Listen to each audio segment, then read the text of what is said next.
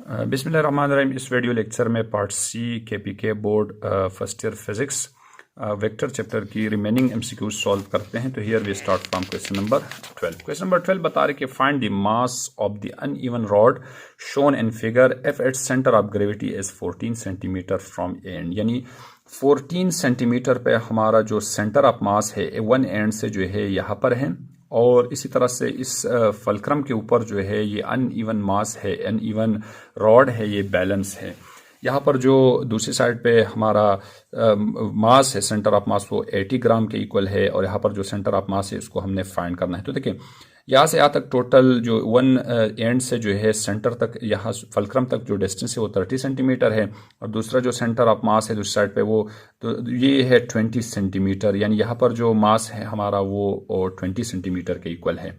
तो देखिए सबसे पहले यहाँ पर लेट्स सपोज इसको मैं अगर m1 का नाम दे दूँ तो m1 मेरे पास बराबर है 80 ग्राम के इक्वल है। अगर ग्राम को मैं किलोग्राम में कन्वर्ट करना चाहूँ तो डिवाइड बाई 1000 ये 0.08 kg हो जाएगा।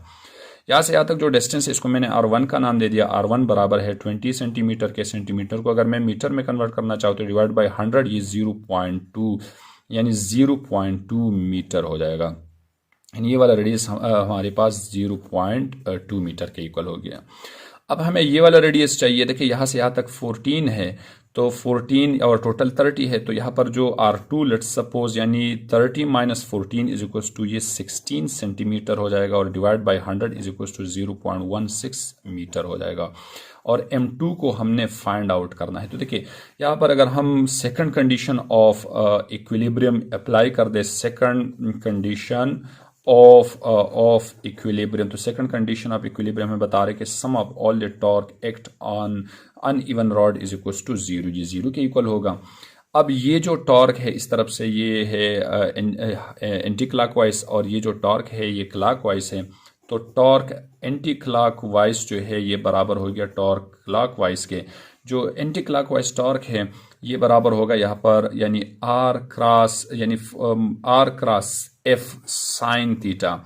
अगर हम गौर कर ले मास इस वक्त जो है यानी जो हमारा वेट है वो डाउनवर्ड है और मोमेंट आर्म ये है 90 डिग्री पे है, तो साइन 90 इज इक्वल्स टू ये 1 के इक्वल होगा, तो टॉर्क बराबर हो जाएगा आर एफ के। लेकिन यहाँ पर एफ जो है ये डब्ल्यू के इक्वल है, तो torque is equals to R W हो जाएगा, और W हमें मालूम है mg के इक्वल है। तो यहाँ पर जो एंटी क्लॉकवाइज टॉर्क है ये हमारा बराबर होगा, यानी ये बराबर होगा R2, और मास जो है यहाँ पर हमारा m2 और g की जगह पर मैंने g लिख दिया। इस तरह से ये जो क्लॉकवाइज हैं ये बराबर है रेडियस हमारा R1, मास हमारा m1 और g की जगह पर g आ जाएगा। g के साथ कैंसिल हो जाएगा, हमें R2 चाहिए, तो R2 को कैलकुलेट करने के लिए ये आ जाएगा R2 is equals to R1 M1 divide by यानी हमने M2 कैलकुलेट करना है, M2 मास कैलकुलेट करना है, तो M2 की जगह पर ये आ जाएगा हमारे पास R1 M1 divide by R2 इसके साथ डिवाइड में आ जाएगा। तो देखिए R1 की वैल्यू गिवन है 0.2, अगर इसको मैं मल्टीप्लाई कर दूं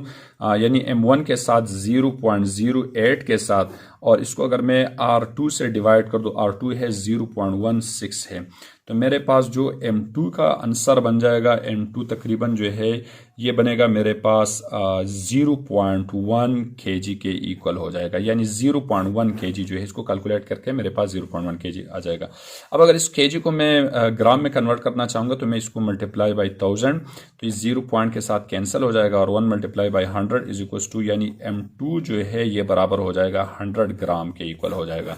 तो यहाँ पर जो सेंटर ऑफ मास है इस अनइवन रॉड के वो बराबर है 100 ग्राम के, यानी यहाँ पर जो करेक्ट ऑप्शन है वो ए है।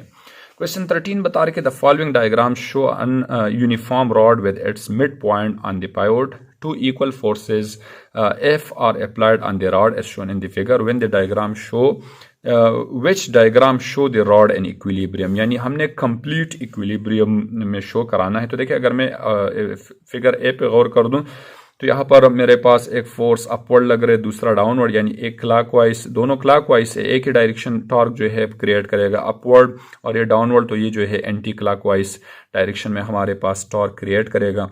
तो ये जो है कंप्लीट इक्विलिब्रियम में नहीं है। अगर मैं दूसरा फिगर पे गौर करूँ, यहाँ पर दोनों फोर्सेस अपवर्ड लग रहे तब भी रॉड जो है रोटेट होगा। तो यहाँ पर भी कंप्लीट इक्विलिब्रियम नहीं है। अगर मैं सी फिगर पे गौर कर दूं तो यहाँ पर एक दोनों फोर्सेस जो है अलग पॉइंट्स पे लग रहे हैं, दोनों डाउनवर्ड डायरेक्शन में है। तो यहाँ पर क्लॉकवाइज टॉर्क जो है एंटी क्लॉकवाइज यानी सी वाले फिगर के अंदर जो टॉर्क है क्लॉकवाइज, ये बराबर होगा टॉर्क ऑफ एंटी क्लॉकवाइज के। तो ये वाला जो रॉड है ये कंप्लीट इक्विलिब्रियम में होगा। इस तरह से ये डी भी रोटेट होगा, लेकिन अगर हम सी पे गौर कर दे तो ये कंप्लीट इक्विलिब्रियम में है, यानी क्लॉकवाइज टॉर्क एंटी क्लॉकवाइज के बराबर है। तो इन दोनों का सम 0 के इक्वल होगा। तो torque clockwise plus minus torque anti clockwise जो है ये बराबर होगा 0 के। Question number 14। क्वेश्चन नंबर 14 बता रहे कि for which angle the equation a dot B is equal to a cross b is correct, यानी कौन सी एंगल पे ये दोनों इक्वेशंस जो है आपस में बराबर होगा। a dot b is equal to a cross b के बराबर होगा। तो अगर मैं डॉट प्रोडक्ट को एक्सपेंड कर दूं तो ये आ जाएगा मेरे पास a dot b is equal to a b cos theta, और क्रॉस प्रोडक्ट मेरे पास आ जाएगा ए बी साइन थीटा आ जाएगा। तो देखिए मैं दो तरीके से इसको सॉल्व कर सकता हूँ। अगर मैं गौर कर दूं तो ए बी तकरीबन यहाँ से यहाँ तक इक्वेशन सेम है। कॉस थीटा और साइन थीटा जो है, यानी अगर मैं थीटा 45 डिग्री रिप्लेस कर दूं तो कॉस 45 जो है ये बराबर होता है साइन 45 के इक्वल होते हैं। यानी 45 पे दोनों यानी साइन 45 और कॉस 45 जो है ये 1/√2 दोनों की वैल्यू सेम होते हैं। अगर मैं रिप्लेस करूंगा तो ये ए बी डिवाइड बाई √2 आ जाएगा। इसी तरह से दूसरी साइड पे भी ए बी डिवाइड बाई √2, यानी राइट साइड जो है लेफ्ट साइड के बराबर हो जाएगा। और अगर मैं इसको सॉल्व कर दूं इस इक्वेशन को तो देखें यहाँ पर अगर cos थीटा इधर डिवाइड में आ जाए और ए बी दूसरी साइड में डिवाइड में चला जाए तो ये आ जाएगा मेरे पास sine theta divide by cos theta is equal to A B divide by A B. तो ए बी के साथ कैंसिल हो जाएगा, 1 बन जाएगा। और sine theta upon cos theta tangent theta के इक्वल है, तो tangent theta is equal to 1 हो जाएगा। और theta is equal to tangent inverse 1। अगर मैं कैलकुलेटर से इसको कैलकुलेट कर दो शिफ्ट टेंजेंट, तो टेंजेंट इनवर्स 1, तो मेरे पास थीटा आ जाएगा 45 डिग्री। तो दो तरीकों से मैं इसको सॉल्व कर सकता हूँ, डायरेक्ट भी सॉल्व कर सकता हूँ। अगर मैं इसको कैलकुलेट भी करूंगा तो दोनों केसेस में मेरे पास एंगल 45 डिग्री है। ठीक है। क्वेश्चन नंबर 15 बता रहे कि what is the net torque on the wheel radius 2 metre. Radius जो है हमारे पास यहाँ से यहाँ तक जो है 2 मीटर है, और यानी टोटल टॉर्क किसके बराबर होगा। तो यहाँ पर जो टोटल टॉर्क है ये बराबर होगा, यानी लेट्स सपोज अगर ये हमारे पास क्लॉकवाइज टॉर्क है तो इसको मैंने टावन दे दिया, और दूसरा जो हमारे पास एंटी क्लॉकवाइज टॉर्क है तो माइनस टॉर्क 2 हो जाएगा। यानी ये बना मेरे पास इक्वेशन नंबर 1। अगर मैं टॉर्क 1 को फाइंड कर दूं तो मोमेंट आर्म 2 है और फोर्स मेरे पास 10 है, तो 10 multiply by 2 is equal to ये 20 न्यूटन डॉट मीटर आ जाएगा। अगर टॉर्क 2 में फाइंड कर दो तो फोर्स मेरे पास 5 है और मोमेंट आर्म मेरे पास 2 है, तो ये 10 न्यूटन डॉट मीटर आ जाएगा। अगर मैं इन दो वैल्यूज को यहाँ पर रिप्लेस कर दूं तो torque is equal to 20 minus 10 newton dot metre, तो it's mean torque is equal to 10 newton dot metre. साथ में हमने डायरेक्शन बताना है, तो देखें ये जो क्लॉकवाइज फोर्स है ये ज़्यादा है, तो यहाँ पर जो हमारा नेट टॉर्क होगा यानी ये क्लॉक वाइज डायरेक्शन में होगा। तो यहाँ पर जो सी ऑप्शन है 10 न्यूटन मीटर क्लॉक वाइज जो है ये हमारा करेक्ट ऑप्शन है। इस चैप्टर की न्यूमेरिकल प्रॉब्लम्स जो है नेक्स्ट वीडियो के अंदर डिस्कस करते हैं। अल्लाह हाफिज।